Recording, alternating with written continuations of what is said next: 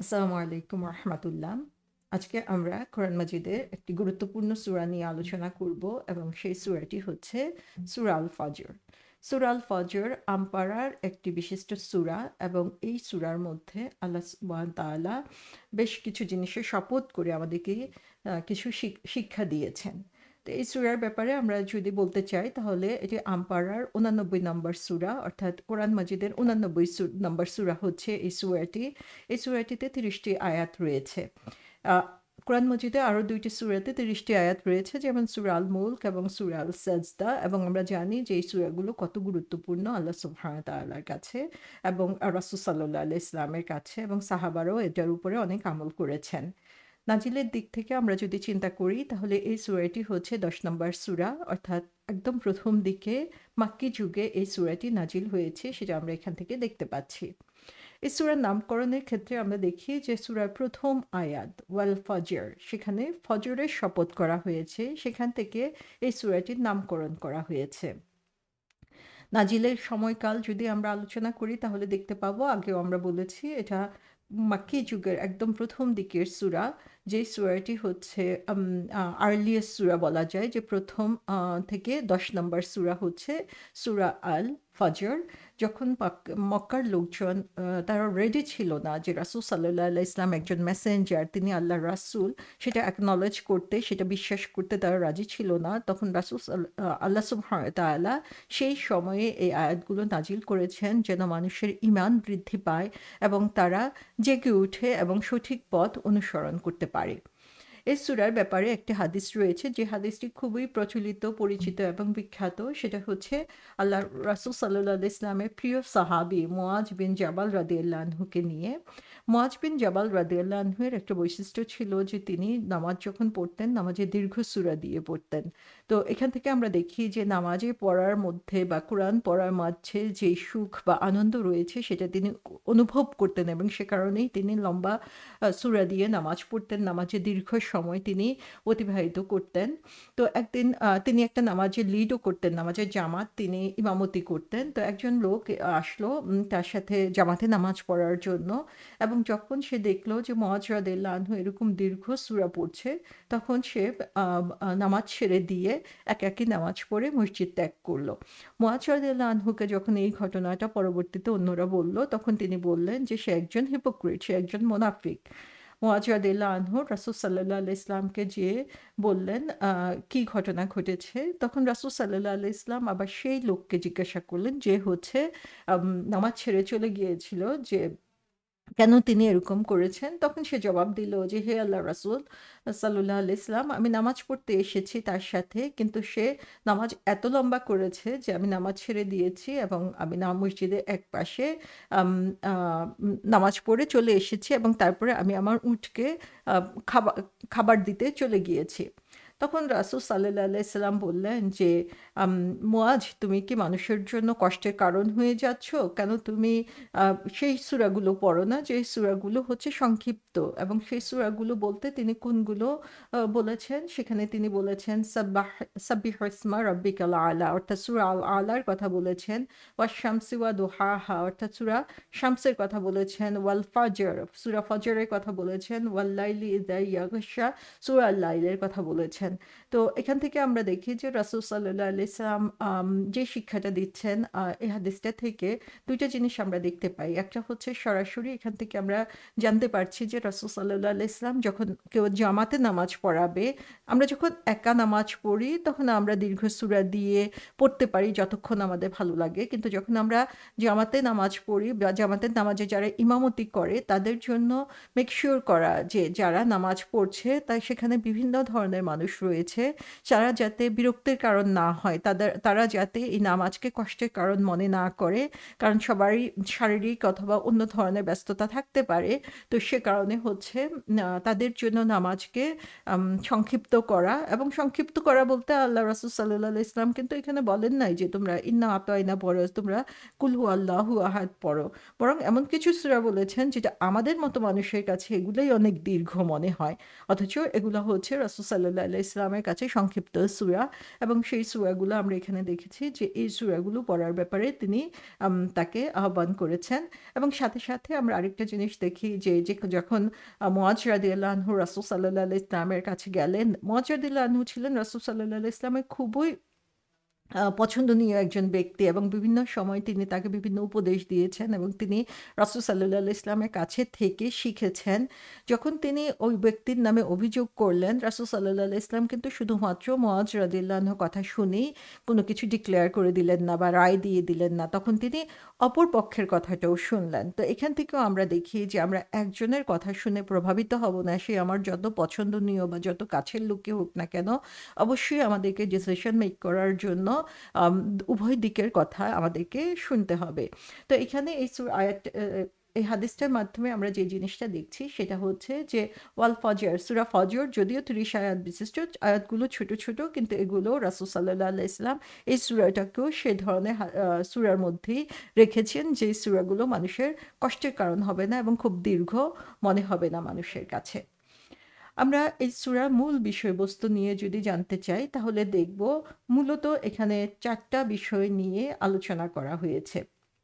So এই সূরাটাতে মূলত বেশ কিছু জিনিসের উপরে মানে জোর দেওয়া হয়েছে। এটাতে একটা রিদম রয়েছে, কিন্তু টোনটা ভেরি করছে বারবার, এবং মানুষকে সেম মেসেজের দিকেই বারবার ডেকে নিয়ে আসা হচ্ছে।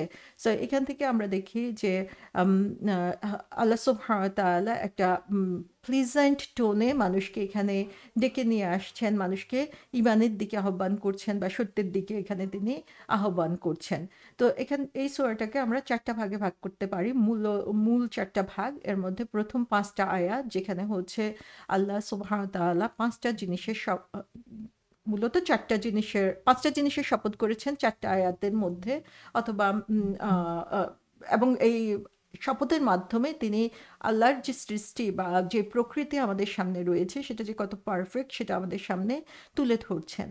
সেকেন্ড পোর্শন আমরা বলতে পারি যেটা হচ্ছে 6 থেকে 14 নম্বর আয়াত, এবং সেই 6 থেকে 14 নম্বর আয়াতে আল্লাহ সুবহানাহু ওয়া তাআলা আমাদেরকে কিছু উদাহরণ দিয়েছেন যেগুলো ইতিহাসে তখন পর্যন্ত বেশ প্রমিনেন্ট ছিল।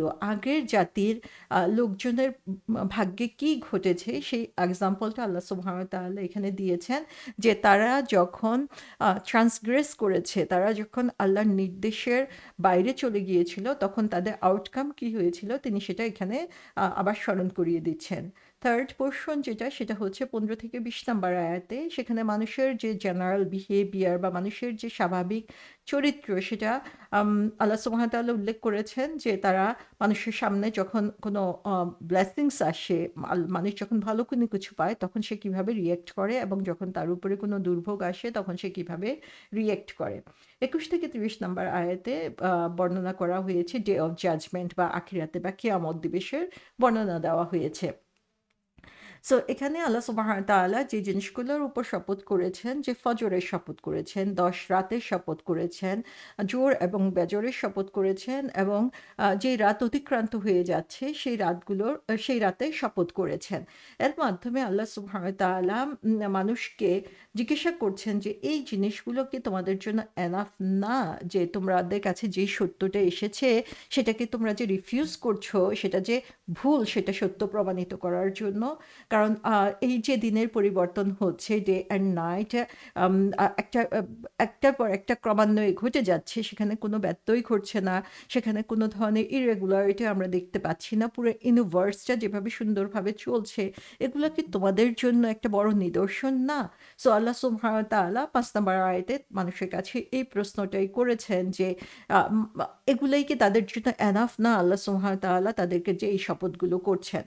তারপরে আল্লাহ সুবহানাহু ওয়া তাআলা আদ, সামুদ এবং ফেরাউনের জাতির যেই এক্সাম্পল, সেই এক্সাম্পল এখানে তুলে ধরেছেন, যে তারা তাদের যে লিমিট ছিল সমস্ত লিমিট তারা অতিক্রম করে গিয়েছিল। তারা আল্লাহর নির্দেশ অমান্য করার ব্যাপারে পৃথিবীটাকে তারা পুরা নির্দেশ অমান্য করে করাপশন দিয়ে তারা এটা পরিপূর্ণ করে ফেলেছিল, এবং আল্লাহ সুবহানাহু ওয়া তাআলা তাদেরকে সুযোগ দিয়েছিলেন, কিন্তু সেই সুযোগটা তারা গ্রহণ না করে বরং তারা এই ট্রান্সগ্রেশনটাকেই আল্লাহর নির্দেশ বা সীমা লঙ্ঘন করাটাকেই তারা পছন্দনীয় মনে করেছিল, এবং তখন তাদের উপরে আল্লাহর পানিশমেন্ট চলে এসেছিল।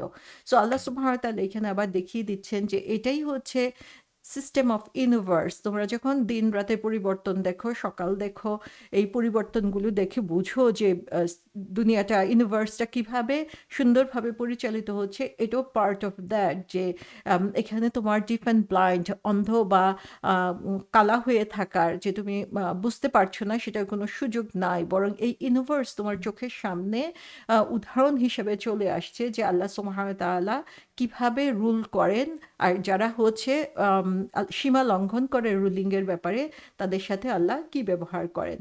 এবং থার্ড পোর্শনে আল্লাহ সুবহানাহু ওয়া তাআলা বলে দিচ্ছেন যে মানুষের রিয়াকশন, মানুষকে আল্লাহ সুবহানাহু ওয়া তাআলা যখন তাকে বিপদে ফেলে তখন সে কিভাবে রিয়েক্ট করে, এবং যখন তার কাছে কিছু উপকারী আসে তখন সে নিজেকে কি মনে করে। এবং এর মাধ্যমে আল্লাহ সুবহানাহু ওয়া তাআলা দুইটা জিনিস এখানে তুলে ধরছেন, যে general moral state of the human society. যে ফার্স্ট হচ্ছে মানুষের যে ম্যাটেরিয়ালিস্টিক অ্যাটিটিউড রয়েছে, যে তারা হচ্ছে মোরাল গুড অ্যান্ড ইভিলটাকে তারা ওভারলুক করে। তারা বাহ্যিকভাবে কি পাচ্ছে, ওয়ার্ল্ডলি যে ওয়েলথ, তাদের যে র্যাঙ্ক অ্যান্ড পজিশন, তারপরে হচ্ছে তারা সম্মানের কোন স্তরে রয়েছে, দুনিয়াতে কি পাচ্ছে, সেই জিনিসগুলোকেই তারা প্রায়োরিটি দিয়ে থাকে, এবং সেটার মাধ্যমেই তারা নিজেদের অবস্থান নির্ধারিত করতে চায়। কিন্তু আল্লাহ সুবহানাহু ওয়া তাআলা এখানে বলেছেন যে